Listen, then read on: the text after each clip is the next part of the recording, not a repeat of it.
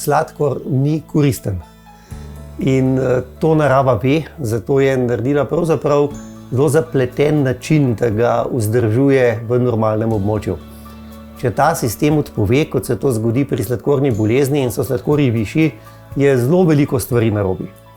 Najbolj pomembni sta dve. Eno je, da je ravno v ustni votlini okolje za razmnoževanje bakterij bolj ugodno, bakterije imajo rade sladkor. Drugo pa je, da to sproža vnetje. Ne samo bakterije, ki so tam, ampak tudi višji krvni sladkor preko teh oksidativnih procesov, tako da tkivo poškoduje in je seveda s tem bolj občutljivo in razpada in se potem začne ta proces bolezni obzobnih tkiv in nato še vsega ostalega, kar je blizu temu. Tako da je urejenost sladkorne bolezni, se pravi sladkor v normalnem območju, izjemno pomembna za zdravje ustne votline.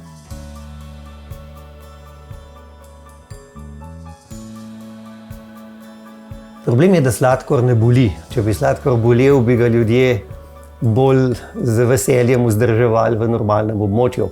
Seveda, ko pa pride do sprememb obzobnih tkiv, pa ta začnejo krvaveti, lahko tudi bolijo. Obzobna tkiva se umikajo od zob in potem tudi od kostnine in seveda potem se kost resorbira, torej cel ta proces propada obzobnih tkiv, ki seveda na koncu pravzaprav se konča z nekim zelo slabim stanjem zob in na koncu izgubo zoba, tako da je seveda na vsak način to pot treba prekiniti čim bolj zgodaj na oba načina. Kot prvo, zelo natančno urediti in voditi krvni sladkor in seveda potem tudi skrbeti za zdravje ustne votline, se pravi obiskati svojega zobozdravnika in ga tudi majhen poslušati tisto, kar svetuje.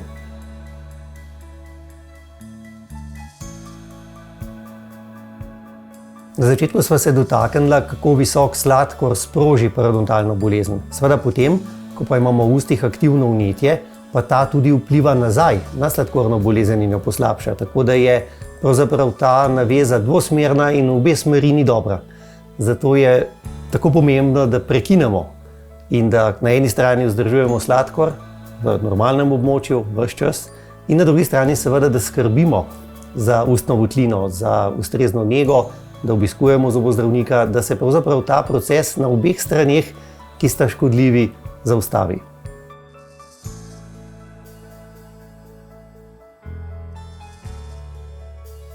Zgodnje odkrivanje parodontalne bolezni pri osebah s sladkorno boleznijo je pomembno pravzaprav iz dveh razlogov. Prvič, verjetno mota najbolj pomembno zato, da se ohrani ustno zdravje, da se ohrani zobovje, da se ohranijo zdrava obzobna tkiva.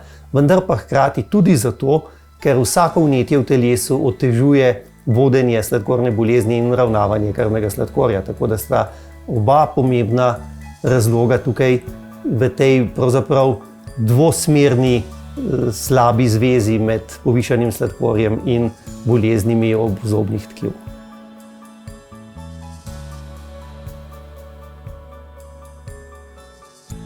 Jaz mislim, da ta ključna prednost, ki jo imamo v Sloveniji, je, da je zobozdravnik zdravnik. To se pravi, da je del tega uvodnega pristopa tudi anamneza. To se pravi, kaj človeku je v celoti.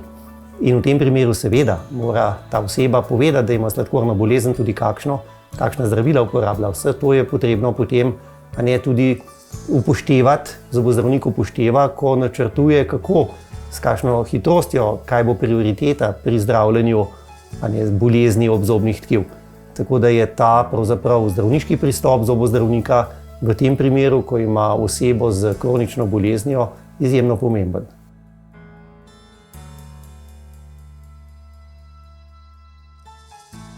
Redni pregledi, katerih pogostnost določa zobozdravnik, in pa seveda, da upoštevamo navodila zobozdravnika, ko nismo tam. Enako velja, veste, tudi za urejanje sladkorja. To ljudje počno sami. To se pravi, z nami, z zdravniki, preživijo zelo majhen del svojega življenja. Vse ostalo je pa žal na njih. Danes jim pomaga umetna inteligenca. Vendar še vedno pomemben delež vodenja je samokontrola, tako da imajo ti ljudje žal s to kronično boleznijo kar veliko dela.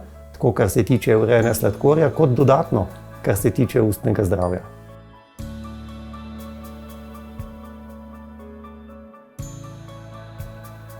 Slabo ustno zdravje, jaz mislim, da ima dvojno škodo. Prvo to, da seveda je vedno težje popraviti nazaj na neko željeno stanje. To se pravi, da izgubljamo možnost, da je ustna votlina, da je zobovje urejeno.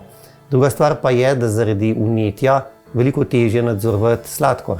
In seveda sta ta oba razloga zelo pomembna, da pravzaprav ustnega zdravja ne zanemarimo, ampak ga postavimo na to pomembno mesto, ki mu gre.